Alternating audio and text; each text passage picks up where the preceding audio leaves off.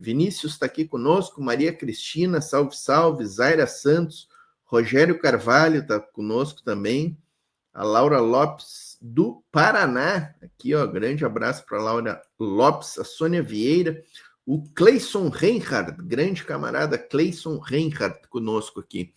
Mas a capa da live, vamos para a capa da live, né, pessoal? Brasil avança com Lula. Todos os dias Lula está pelo Brasil demonstrando os avanços do seu governo. Hoje foi lançado aqui, ó, o programa Reforma Casa Brasil, crédito para melhorias em moradias, né? O Lula que fará uma viagem amanhã o Lula viaja para a Ásia, vai passar na Malásia e depois vai para a Indonésia participar da cúpula da ASEAN. Vai vender o Brasil, né, pessoal? No bom sentido, né? Não é vender o Brasil que nem os bolsonaristas e o Michel Temer fizeram, entregaram a Eletrobras, entregaram as nossas refinarias da Petrobras, né? O Lula vai vender produtos do Brasil, vai vender a imagem do Brasil, vai vender a cultura do Brasil lá na Ásia, né? E talvez até na cúpula da ASEAN na Indonésia, lá pelo sábado ou domingo, talvez role aquela química ali com o Trump, né? O encontro com Donald Trump. E, enfim, mas vamos trazer esse evento aqui, ó, que aconteceu agora há pouco, pessoal, agora há pouco. Teve umas falas bem interessantes, eu já assisti um trecho, e eu, inclusive, vou começar com a fala aqui de um brasileiro que já foi beneficiado aí pelas medidas do governo Lula, falando. Olha que emocionante isso aqui. Uso da palavra, o representante do Movimento dos Trabalhadores Sem Teto, Eduardo Borges da Silva. Movimento dos Trabalhadores Sem Teto, MTST.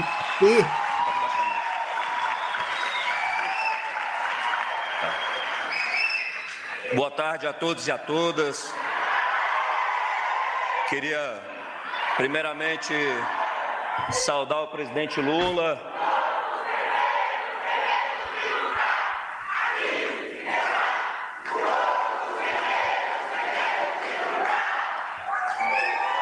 Povo guerreiro sem medo os de lutar. Isso aí. Os parlamentares aqui presentes e, sobretudo, os meus companheiros de luta que estão aqui hoje. Presidente, é um motivo de muito orgulho para a gente estar aqui hoje, no lançamento de mais um programa que traz dignidade para o povo, principalmente para aqueles que mais necessitam. Inclusive, boa parte dessas pessoas que serão beneficiárias por esse programa estão aqui hoje e vão poder reformar suas casas que outrora conquistaram com muita luta. Então, para a gente vem com uma enorme alegria e vê esse momento como um momento histórico e um marco na construção da habitação popular nesse país. Inclusive com o próprio Minha Casa Minha Vida, que, inclusive, aqui em Brasília, vamos construir agora o nosso primeiro FDS, e já foi dito para a gente, outrora, que a lei não se aplicava dessa forma aqui, mas com o seu governo foi possível mostrar que a lei sim se aplica dessa forma no DF, vamos fazer o primeiro FDS, e boa parte das pessoas que estão aqui hoje irão morar em um bom lugar aqui na Samambaia, com elevador, 8 andares, com varanda. Então, é com muito orgulho que a gente vem aqui hoje parabenizar o seu governo, parabenizar o senhor. Inclusive, queremos fazer um pedido especial. Na assinatura do contrato agora, queremos a presença do senhor lá com a gente, no lançamento da pedra fundamental do nosso empreendimento. E queremos ainda tirar uma foto aí com a nossa turma que veio da periferia para prestigiar esse momento tão importante para a gente agora. Muito obrigado.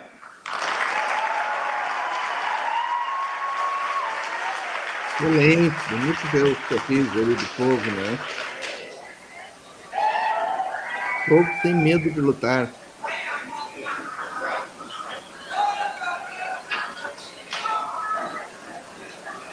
O Ministério da Fazenda, que participou ativamente da definição das novas taxas de juros reduzidas e subsidiadas, foi um dos responsáveis pela elaboração do programa. Neste momento, ouve-se o ministro da Fazenda, Fernando Haddad. Haddad tem falado muito aí nos eventos, né? Acho que deixa Boa tarde, claro que ele será Lula, candidato no ano que vem a algum Costa, cargo. Hein? Jader Filho, E tem que ser, né? companheiro Carlos, presidente da Caixa, senhoras e senhores. Presidente, vai chegando o final do terceiro ano de mandato, a gente precisa fazer alguns anúncios para que as pessoas que leem jornal, olham para o noticiário, fixem alguns dados que, na minha opinião, são muito representativos da sua maneira de conduzir o país. E a gente esquece que faz muita diferença quem está à frente da condução do país. E às vezes a gente precisa lembrar de alguns números que expressam essa diferença. Ou, se não números, que eu não vou citar aqui, alguns símbolos importantes. O primeiro deles, presidente, que eu queria que o senhor registrasse. O senhor vai terminar o seu terceiro mandato, e eu falo dos dados de um quadriênio, dados do mandato presidencial, porque às vezes a economia pode crescer um ano, mas se ela decresce 2, qual foi o balanço do mandato, né, da pessoa? Às vezes a inflação está baixa um ano, mas de repente sobe no ano seguinte. Então sempre pegar 4 anos é uma maneira da gente respeitar o mandato da pessoa. O senhor vai terminar o terceiro mandato com a menor inflação acumulada da história do Brasil. E o mais importante, presidente, é que o senhor está batendo o seu próprio recorde. Mas a Rede Globo está dizendo todo dia que está estourando a meta, né? É o papo, aquele estourando a meta, a menor inflação acumulada da história. Em 4 e pouco por cento de inflação, gente. 4,5%, 5% de inflação, e os caras estão dizendo que a inflação está estourando a meta. O Banco Central está inventando desculpa que a inflação está descontrolada para manter a taxa de juros lá em cima. Por favor. Porque antes desse mandato, o senhor já tinha batido esse recorde no terceiro mandato, no segundo mandato. E aquele recorde do segundo mandato estava para ser batido. O senhor está que nem o Usain Bolt ali, que precisa voltar para a Olimpíada para superar a marca da Olimpíada anterior. O senhor voltou à presidência e botou de novo a inflação em tendência de queda, vai fechar 4 anos com a inflação acumulada menor do que o seu recorde anterior. Mas isso é um item. Aí a pessoa fala, não, mas combater a inflação, mas e o desemprego? O senhor vai terminar o seu mandato com a menor taxa de desemprego acumulada em 4 anos da série histórica do IBGE. Portanto, o senhor vai chegar com a menor inflação da história, combinado com a menor taxa de desemprego da série histórica. Mas alguém vai dizer, mas será que a economia cresceu? O senhor vai terminar o seu terceiro mandato tendo recuperado as taxas de crescimento, desde quando? Desde quando o senhor saiu da presidência em 2010. Depois o senhor deixou a presidência, infelizmente as taxas médias de crescimento caíram ininterruptamente. O senhor retomou a condução do país, o senhor vai terminar os seus 4 anos com uma taxa média de crescimento que supera os mandatos anteriores até 2010. 2006, 2010 continua sendo um recorde, mas eu tenho certeza que o senhor vai ter tempo para bater também esse recorde brevemente. Além disso, presidente, o senhor aumentou a renda do salário no Brasil como não se via desde o começo do Plano Real. Do começo do Plano Real, quando caiu a inflação, nós tivemos um aumento da renda de salário. Desde então, esse recorde não tinha sido alcançado. Mais uma vez, o senhor voltou a presidir o país e nós estamos batendo recorde do crescimento da massa salarial e do salário médio desde o Plano Real. Eu estou dizendo isso, presidente, porque falam que o senhor tem muita sorte. E o senhor tem, felizmente, para a sorte de todos nós. Mas tem muito trabalho por trás disso. Você não consegue esses resultados todos se não fosse mais essa solenidade que vai alavancar mais oportunidades para quem mora e precisa melhorar a qualidade da sua moradia, para quem ainda não encontrou um trabalho e essa pessoa vai ajudar na reforma da casa dessa pessoa e vai melhorar um pouquinho da renda, vai fazer um bico, vai fazer uma laje, vai fazer um piso, vai azulejar uma parede, vai rebocar uma parede, vai pintar, vai fazer um cômodo novo ou um banheiro novo. Essas coisas podem parecer pequenas para nós que estamos aqui, mas para quem está com uma casa ainda por fazer, uma casa por recuperar, esses 30 mil reais, 20 mil reais, vão ser muito importantes para a dignidade da vida dessa família. Nós sabemos que esse dinheiro vai render na mão dessa família. Isso se soma a quantas vezes, Carlos, que nós tivemos aqui, junto com a Caixa, com o Banco do Brasil, para anunciar programas de crédito.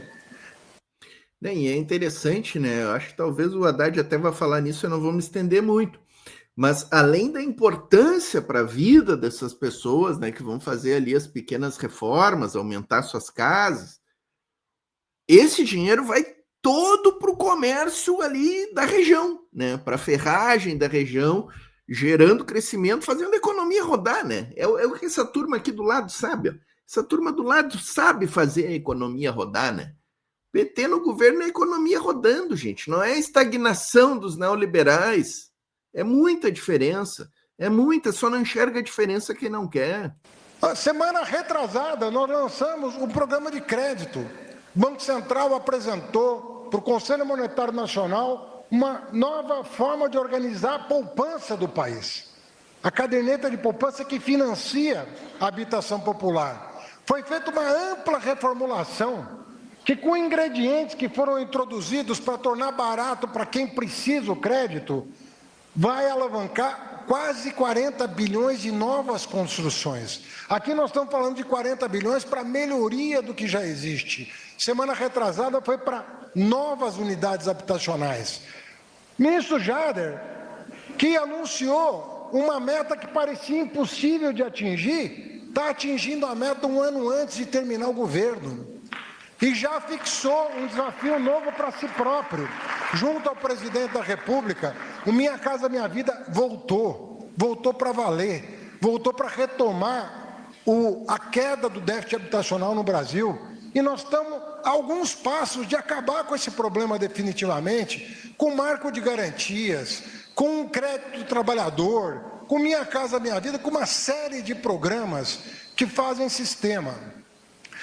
Mas eu também faço questão de terminar dizendo uma coisa importante. Vocês ouvem falar muito da questão fiscal. A questão fiscal, o governo gasta muito, o governo só pensa em taxar bete, banqueiro. Eu quero dizer, presidente, o senhor vai terminar o seu mandato com o melhor resultado fiscal desde 2015. O senhor vai terminar com o melhor resultado fiscal desde 2015. Mas por que será 2015, né? O que é 2015? Que marco é esse que sempre vem desde 2015? Tudo é a melhor coisa desde 2015. Por quê? Porque 16 foi horrível, 17 foi pior, 18 foi pior ainda, 19 foi o caos, 20 pior ainda, 21, 22, porque é os anos do golpe, né, gente? É os anos do Temer e Bolsonaro. 2015 foi o último ano da Dilma, né? Ah, mas a Dilma só saiu em 16, Porti, mas em 2015 o Cunha já meteu pauta-bomba atrás de pauta-bomba e ali começou a grande derrocada do Brasil, né? Então, assim, é o melhor, tudo é o melhor desde 2015, porque o golpe afundou o Brasil em todos os aspectos, gente. Em todos os aspectos. Os números dizem isso. Não é aqui o chato do Portinho que está sempre com esse papo que o golpe afundou o Brasil. Não é eu, é os dados. É os dados. É o IBGE, é o PIB, é o CAGED do desemprego, é a inflação do IPCA, Getúlio Vargas. São dados científicos que dizem isso. Que é a reclamação, Boulos? Por que a turma reclama tanto? Sabe por quê? Porque pela primeira vez, Fernando Pimentel, nós resolvemos diminuir o déficit público do Brasil cortando a Bolsa Empresário. Não cortando dos de baixo, não com quem precisa de moradia, não com quem vive de salário mínimo, não do aposentado, não. dessa vez, a gente viu um espaço importante para cortar o chamado gasto tributário, que vem a ser o seguinte: é aqueles que moram na cobertura e não pagam condomínio. Essas pessoas foram chamadas a contribuir com a redução do déficit fiscal. Foi a primeira vez que isso aconteceu na história desse país. Porque toda vez que tem acerto de contas, aparece alguém com uma serra elétrica para cortar o direito de vocês. Agora apareceu alguém com um ramalhete de flores para entregar uma casa para a família brasileira. Parabéns, muito obrigado. Muito boa fala, muito boa fala. Está só começando essa cobrança dos de cima, né? Da Bolsa Banqueiro. A gente tem que ajeitar a questão da Bolsa Banqueiro, né, gente? Que é a taxa de juros. 15% ao ano não dá, isso aí está nos atrapalhando, né? Ana Pinto perguntando se é ao vivo. Ó, estamos ao vivo. Marilene Pereira, a Maria Cristina aqui, taxação do BBB já. Maria Cristina Costa, por isso que eu amo o meu querido presidente Lula, parabéns. Cléris Cupertino aqui conosco, ó, salve, salve, grande presença. Vem aí o Lula, ó, vem aí a fala do Lula, agora eu já vou colocar aqui, Giovanni Tavares, grande abraço, meu camarada, chegando aqui, viva a ampliação dos programas de moradia. Emerson Ribeiro, nosso grande camarada, já vou falar do congresso do PCdoB, vou trazer a Luciana Santos aqui, a fala dela, muito boa. PCdoB que está com o comitê central do PCdoB, gente, é 50% homens e 50% mulheres. O Emerson me mandou isso agora de tarde, aqui, ó, o camarada Emerson, sensacional. E o Oswaldo Bertolino, nosso chegado aqui da Voz Trabalhadora, ó, está no Comitê Central, estamos grandão no Comitê Central do PCdoB, gente. Ó, nosso faixão Oswaldo Bertolino é do Comitê Central. Estamos bem, estamos grandão lá dentro. Estamos grandão lá dentro. Giovanni Tavares aqui conosco, grande abraço. Vamos ouvir o presidente Lula aqui, ó. Salve, salve, meu camarada Lula. Porque nem todo mundo quer comprar uma casa nova. Nem todo mundo precisa comprar uma casa nova. Às vezes o cara tem uma casinha que ele construiu há 30 anos atrás e ele não quer mudar da vila que ele mora, ele não quer mudar do bairro que ele mora, mas está caindo o telhado. Às vezes ele tem uma lojinha que ele precisa fazer um banheiro novo para atender os clientes, um balcão novo. Ou seja, se a gente não olhar para essa gente, quem é que vai olhar?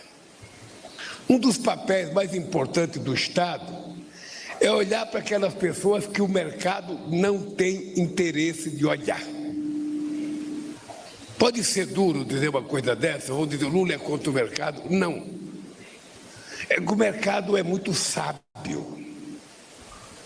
O mercado não gosta de fazer aposta errada. O mercado não gosta de ganhar pouco. Então, para que abrir uma linha de crédito porque querem comprar, sabe, um depósito de material de construção? O dono de um depósito é um empresário pequeno, às vezes é um depósito numa vila, e ele não tem condições, sabe, de ter financiamento. Se a gente consegue fazer o financiamento chegar na mão das pessoas, aquele depósito vai começar a ser frequentado. Ele vai ter, por parte da Caixa Econômica, a garantia de que as pessoas que vão pegar o crédito vão utilizar o crédito para que a gente possa fazer a reforma da casa. E assim esse país vai dar um salto de qualidade. Porque não tem muita explicação a gente vê uma notícia no jornal de que tem tantos milhões de casas no Brasil que não tem banheiro. Não tem nenhuma explicação para um país do tamanho do Brasil a gente ligar a televisão e ver que tem milhões de pessoas que vão fazer suas necessidades fora de casa, no mato. Que tem milhões de pessoas que nunca tomaram um banho de chuveiro. Que tem milhões de pessoas que nunca tiveram uma torneira dentro de casa para lavar um prato. Ou um tanque correndo água para poder lavar a roupinha dos seus filhos. Eu ia falar a roupinha do marido, mas o marido precisa criar vergonha e aprender a lavar a roupa dele também. Porque se ele suja, ele tem que aprender a lavar. Então, São essas novidades, que parecem novidades, porque tem um ditado que a gente tem que aprender, gente. Esse país nunca teve um governo que tivesse qualquer relação mais íntima com a maioria do povo sofrido desse país. Não adianta conhecer teoricamente o problema. Não adianta ler um livro para, na época das eleições, ficar citando o miserê do povo. É preciso que já tenha sentido, que já tenha vivenciado, para que as pessoas, quando ganhar as eleições, tragam isso consigo na sua bagagem. Porque é muito fácil mudar de comportamento. É muito fácil. Nada aqui dá motivação para a gente lembrar do mundo que a gente vivia antes. Aqui é tudo mais fácil. Por isso que governar de Brasília não é o ideal. Brasília é o palácio onde a gente fica, mas a gente precisa governar sabendo que o povo que precisa de nós não está aqui. O povo que precisa de nós não precisa de bilhões, não precisa sequer de milhões, precisa de alguns milhares de reais. E é pouco. E com esse pouco que as pessoas mais humildes recebem, eles conseguem movimentar uma economia. Eles conseguem fazer a padaria da esquina funcionar, o depósito de material da construção funcionar, a lojinha que vende roupa de criança funcionar. Porque ele compra as coisas ali em volta da casa dele. E quando a economia do bairro começa a melhorar, todo mundo quer reformar a sua casa. Quem é que não quer fazer uma garagem quando tem dinheiro para comprar o carrinho? Aliás, nós tínhamos um grande intelectual brasileiro que ele dizia que o Brasil é o único país do mundo em que o carro tem casa e o pobre não tem casa. Porque tem casa que tem 3 garagens para 4 carros, para 5 carros, e muitas vezes a maioria dos pobres não tem um quarto. Às vezes as pessoas dão uma apinhada numa cama, com 4, 5 pessoas no mesmo quarto, na mesma cama, apinhada em rede, e ninguém se preocupa com isso, porque as pessoas não vão lá. Essas pessoas mais humildes não têm condição de protestar. Muitas vezes eles não têm sindicato. Muitas vezes eles não são organizados na maioria dos lugares do país. Então essas pessoas ficam sendo tratadas como se fossem os eternos invisíveis da sociedade brasileira. Sabe, o orçamento da União não passava por essa gente. Não passava. Quem é que vai discutir pobre no orçamento? Então, o que nós estamos fazendo é tentar passar a ideia para vocês que as coisas mudaram nesse país.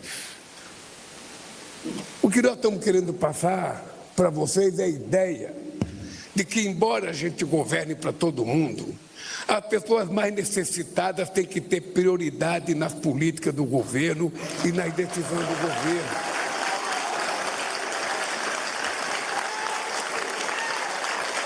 E sabe o ministro Haddad, o ministro Jadro, o ministro Rui, sabe o caso da Caixa Econômica? O que me incomodava muito é que muitas vezes a gente faz um programa para as pessoas mais humildes, para bem mais humildes. E chega um companheiro que trabalha, que ganha 7 mil por mês, 8 mil por mês, 6 mil por mês, um bancário, um metalúrgico, um químico, um gráfico, um policial, um trabalhador do Banco do Brasil, um próprio trabalhador da Caixa Econômica Federal. Ele ganha 8 ou 9 mil reais, não tem política para ele. Ele não é pobre, miserável, ele não é rico. Então ele não existe também, porque a gente não pensa na política para essa gente. E é preciso saber que essa gente não é tão pobre, mas é quase que pobre. Porque se ele ganhar 8 mil reais e pagar um aluguel numa casa, tiver que pagar uma escola para o filho, sabe, ele não vai sobrar dinheiro para ele. O que nós estamos tentando fazer é o seguinte ditado: é que pouco dinheiro na mão de muitos significa distribuição de riqueza. E muito dinheiro na mão de poucos significa pobreza, significa miséria, significa desnutrição. É isso que as pessoas não gostam. É isso que as pessoas não gostam. Os dados que o Haddad mostrou aí é uma demonstração que vocês precisam conhecer para vocês saberem o que acontece de fato nesse país. Eu tenho muito orgulho de saber que o Brasil só voltou a crescer acima de 3% quando nós voltamos ao governo, Haddad.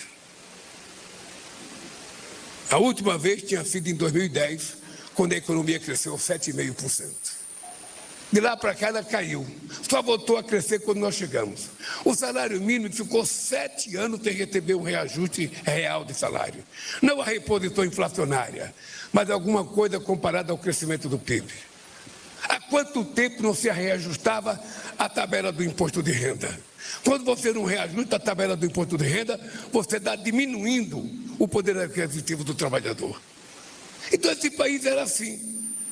As pessoas de baixo eram tratadas como invisíveis e continuava sempre mais pobre. É por isso que nós tínhamos acabado com a pobreza em 2014, tínhamos acabado com a fome e voltamos em 2023 com 33 milhões de pessoas passando fome. E é por isso que eu tenho orgulho de dizer que em 2 anos e meio a gente acabou com a fome outra vez nesse país.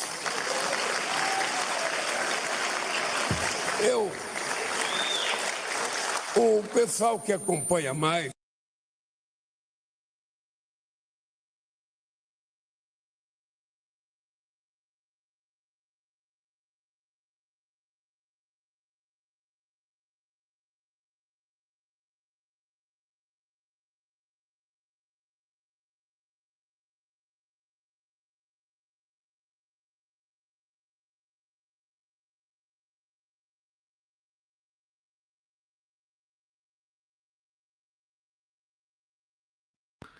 Opa, tá sem som aqui, o Cléris me ajudou. Desculpa, pessoal. Eu estava dizendo que tem que repetir todo dia isso aí, né? Que o governo Lula tirou de novo o Brasil do mapa da fome que o Bolsonaro jogou com 33 milhões, né? Revirando lixeira e vivendo na fome, né? Sem ter comida para si, para os seus filhos, né? Isso era o grande problema que o Brasil tinha de encarar. Era o grande problema que o governo Lula tinha pela frente. O governo Lula tirou essas pessoas da linha da fome. Não quer dizer que não temos mais gente vivendo com fome no Brasil, ainda tem. Saímos do mapa da fome, que é um dado ali. O país sai do mapa da fome quando tem abaixo de, se não me engano, é 1% da população, né? Mas ainda tem. O fato é que ainda tem gente vivendo na linha da fome. Sim, nós vamos ter que enfrentar isso aí. O governo Lula vai continuar enfrentando isso, né? Mas é importante que o Lula diga sempre, né? Mesmo que seja repetitivo, tem que dizer sempre. O noticiário da imprensa sabe que tem algumas coisas que acontecem que não tem muita explicação. A primeira reunião que eu tive com a indústria automobilística, depois que eu voltei para a presidenta da República, era a indústria automobilística se queixando que estavam vendendo pouco carro. Era as empresas de representação da indústria automobilística dizendo que estavam vendendo pouco carro. De 2010, saímos de 3 milhões e 600 mil carros vendidos para 1 milhão e 600 mil carros, metade. Aí, quando o pessoal do aço veio reclamar conosco que estava vendendo pouco aço, a gente mostrava. Diminuiu 1 milhão e 600 mil carros, só pode vender menos aço. Diminuiu a construção de casa, só pode vender menos aço. Quando a indústria automobilística veio reclamar, eu falei para a indústria automobilística, cara, vocês tinham um salão do automóvel no Brasil, vocês acabaram com o salão do automóvel. Como é que se explica vocês reclamarem de que não vende carro e o salão de automóveis, que era, sabe, o fogo, o cartão postal de vocês, vocês acabaram. Dia 20 de novembro vai voltar a funcionar o salão de automóveis nesse país e nós vamos poder... A indústria automobilística, que fazia mais de 20 anos que não apresentava um projeto de carro novo, depois que veio uma empresa chinesa para cá, Rui, já anunciaram mais de 190 bilhões de reais no investimento de novos modelos de carro. É isso que faz a economia crescer. É motivação, é provocação e é seriedade. Eu duvido, e falo isso olhando nos olhos de vocês, que em algum momento teve alguém nesse país que tivesse pelo menos 10% do compromisso que a gente tem com a questão fiscal nesse país. Eu duvido. Esse país nunca foi tratado com seriedade. Nunca. Eu lembro que tinha um economista muito famoso que já morreu, que era um homem muito inteligente, muito esperto, muito sabido. O Delfim Neto, às vezes, ele brincava de enganar os outros, ou seja, ele falava que ia fazer, mas não fazia. E o que acontecia? Os outros também brincavam com a gente, fingia que ia fazer, mas também não faziam. E o Brasil ficava naquela coisa enrolada de nunca conseguir dar um passo, um salto de qualidade. Quando eu fico pensando que fomos nós que pela primeira vez resolvemos fazer uma poupança e fazer uma reserva internacional que persiste desde 2008, e se não fosse ela, a gente já tinha quebrado, e a gente mantém uma reserva internacional de 370 bilhões de dólares, o que poucos países do mundo têm. E isso permite que a gente vá carafunchando para cá, vai puxando o Haddad para cá, vai puxando o Ricota, vai empurrando a Caixa Econômica, é sempre muito subina, não vou fazer, porque não posso, não está preparada. Você vai cutucando o cara, pelo amor de Deus, paga a mão, abre o seu coração para o povo, cara, porra. O dinheiro não é seu, o dinheiro é do próprio povo. Ele vai amolecendo, ele já está rindo de forma mais suave.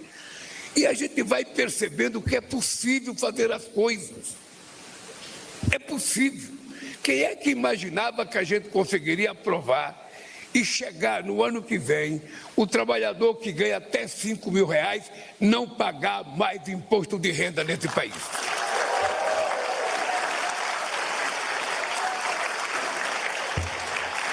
Quem é que acreditava que a partir de novembro a gente vai ter mais de 15 milhões e meio de pessoas, sabe, não precisando pagar mais gás de cozinha, o botijão de 13 quilos, que sai da Petrobras a R$37 e chega na casa de vocês a 140. Quem é que imaginava que a gente ia fazer um programa em que quem consome até 80 kW de energia não vai pagar nada de energia e quem consome até 120 só vai pagar a diferença? Quem é que imaginava que a gente fosse criar um programa pé de meia para garantir que milhões e milhões de meninos do ensino técnico e médio pudessem continuar estudando e não ter que entrar no mercado de trabalho precocemente, abandonando a escola? Essas coisas só acontecem por causa do compromisso originário que nós temos com o povo trabalhador do país. Ou seja, eu não nasci numa academia política para ser candidato a presidente. Eu nasci numa porta de fábrica. Então eu tenho na minha mente a certeza de onde eu vim e para onde eu vou voltar quando eu sair daqui. Eu não vou fazer pós-graduação em nenhum país do mundo. Eu vou voltar a conviver com o povo desse país, que é o responsável de me eleger pela terceira vez para presidente da República desse país. Outra quarta. E esse povo é muito bondoso, porque esse povo, ele é muito calmo, ele tem muita esperança, ele tem uma expectativa de espera que outros povos de outros países não têm. E eles acreditam, aí é só a classe dirigente levar em conta que com muito pouco a gente resolve o problema dessa gente. Eu, quando vejo os empresários, às vezes, criticar a gente, não, porque a gente gasta demais, porque vai criar um programa de 40 bilhões de financiamento de casa. Tinha gente que não queria que a gente criasse esse programa de reforma de casa. Tinha gente que não queria que a gente aumentasse a poupança, porque para o mercado não interessa, não sei das quantas. Você sabe que os empresários que reclamam de nós, eles têm praticamente mais de 500 bilhões de desoneração, isenção fiscal, e eles não querem baixar 1% disso. Então é preciso que a gente tenha a firmeza e a certeza de dizer, sabe, de que lado a gente está e para quem de verdade a gente quer governar.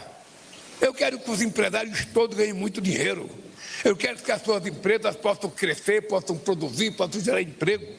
Eu quero que a indústria automobilística venda quantos carros necessitar e só vai vender se o povo trabalhador puder comprar.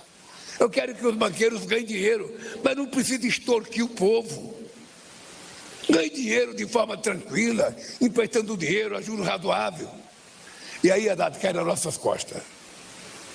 Porque o Banco Central vai precisar começar a baixar o juro, porque todo mundo sabe o que nós herdamos. Todo mundo sabe o que nós herdamos. E todo mundo sabe que nós estamos preparando esse país para ter uma política monetária mais séria. E o mercado vai ficar magoado, hein? O mercado vai amanhecer magoado, já vai dormir magoadinho o mercado, porque o Lula falou que tem que baixar os juros, hein? Só espere. Todo mundo sabe que quando o presidente Trump sobretaxou o Brasil e ofendeu o Brasil, a gente não abaixou a cabeça, porque embora a gente não seja tão grande como eles, a gente tem caráter que muitas vezes eles não sabem que a gente tenha. A gente tem dignidade que muitas vezes eles não sabem que a gente tenha. E é isso que faz um país virar nação. É isso que significa soberania nacional. Um país onde o povo não tem casa, onde o povo não tem educação, onde o povo não tem comida, esse país não é soberano. Aliás, nem de país pode ser chamado. Porque para a gente falar de um país de verdade, para falar em democracia, isso tem que estar espelhado no rosto das pessoas, na roupa que as pessoas se vestem, na comida que as pessoas comem, na qualidade de educação que eles têm, na qualidade de sapato que eles calçam. É isso que dá o sentido de soberania de um país. E é por isso, companheiros e companheiras, que eu estou orgulhoso hoje. Eu estou muito orgulhoso porque estou cumprindo uma das minhas profissões de fé. Fazer com que todas as pessoas desse país possam ser beneficiadas com as políticas de inclusão social. O Haddad falou algumas coisas aí, mas se a gente for fazer uma relação de tudo que nós batemos recorde nesse país, sinceramente, só as mulheres jogadoras do Corinthians é que bateram mais recorde do que nós, porque elas são agora ex-campeã da Libertadores. Brincadeira, Lula. Então, quando você fica olhando para trás, e aqui tem gente muito humilde do movimento social, mas muito preparado politicamente, aqui tem gente preparada intelectualmente, pode pesquisar. Pesquisem para saber em que momento da história esse país teve a situação que ele tem hoje. Não é só o crescimento econômico, é a distribuição desse crescimento. Porque esse país já cresceu durante 30 anos, em média 7% ao ano, e o povo continuou pobre. Esse país já teve anos que o PIB cresceu 14% ao ano, e quando o IBGE fez pesquisa ao Banco Mundial, o povo estava mais pobre. Então, é preciso a gente compartilhar o crescimento da economia com a distribuição. Tem gente que acha que a gente não pode dar aumento para o salário mínimo, mas se o PIB cresceu 2%, ele cresceu por quê? Ele cresceu porque alguém trabalhou. E as pessoas que ganham salário mínimo trabalharam. Então é justo que esse crescimento seja repartido. Nós ainda não levamos em conta uma coisa, nós estamos para adotar uma política de cuidados, que é uma coisa que a gente vai ter que pensar muito. Porque quando a gente anunciar, tem que acontecer.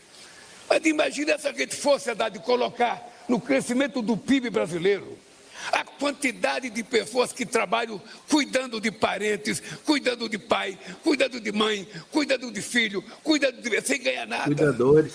Sem ganhar nada. Se a gente colocasse isso no crescimento do PIB, a gente tem o PIB quase que dobrado. Porque embora essa gente não ganhe, eles produzem. E nós não levamos em conta. Então, companheiros e companheiras, eu quero, Haddad, a você, ao Galípolo, que contribuiu nessa nova política habitacional, ao Rui Costa e à Casa Civil, que são responsáveis, sabe, de colocar isso no papel, ao Jader, que é o ministro executor, e a vocês, que pressionam a gente todo dia. Eu digo sempre o seguinte, nesse governo, não pare de reclamar. Aqui nunca teve política para ajudar material de construção. Aquele pequeno vendedor de material que fica vendendo fiado, ainda na caderneta. Agora não, agora vai ter crédito e a Caixa é que vai ser o pagador desse crédito. E aí vocês vão aprender como é bom. Quando o rico tem muito dinheiro, ele vai comprar um tijolo em Paris. Quando o pobre tem um pouquinho de dinheiro, ele vai comprar um tijolo na rua e na vila que ele mora. É esse Brasil que nós queremos. Um abraço, gente. Grande Lula. Grande Lula.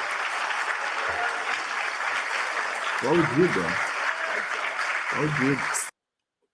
Tá aí. Sempre é bom trazer, né, as falas do Lula, já que a grande imprensa não mostra, nem cortes do Lula não aparecem nos telejornais aí da grande mídia, né? Então a gente precisa trazer, a gente precisa mostrar aqui, né? Cléris Cupertino, Sidney Cripa chegando conosco aqui, mandar um grande abraço para o Renato, que está conosco aí também. Emerson Ribeiro dizendo que o Lula mandou a real. Sidney Cripa pedindo CCCP, né? Curte, comenta, compartilha aí. Pix, Voz Trabalhadora, gmail.com. Entrem lá no Apoia-se, quem puder, a partir de R$1 por mês. Está aqui o QR Code, ó. Aqui está o QR Code do Pix. Paz entre nós, guerra aos senhores, diz a Maria Cristina. É isso aí, Humberto, grande presença do Humberto aqui, ó, Lula presidente 2026. O Sidney Cripa, o Emerson Ribeiro lembrando aqui os desdentados da época da ditadura. Os empresários estavam cada vez mais ricos e os pobres cada vez mais pobres, né? E o Delfim Neto engordando o bolo, né, o Emerson? Engordando o bolo, mas só eles comiam, né? Cada vez mais gordos e os pobres cada vez mais miseráveis na época da ditadura militar, né? Que alguns ignorantes sentem saudades, né? Alguns ignorantes sentem saudades. 64 nunca mais, diz a Maria Cristina. Sidney Cripa, ditadura nunca mais. Nunca mais. É isso aí. O bolo cresceu só para os ricos. Perfeito. No tempo do Juscelino e Jango, o salário mínimo era o mais alto da história. Daí, com a ditadura, foi só encolhendo, fora a dívida externa. Perfeito. Tempos sombrios da nossa história, né, Emerson?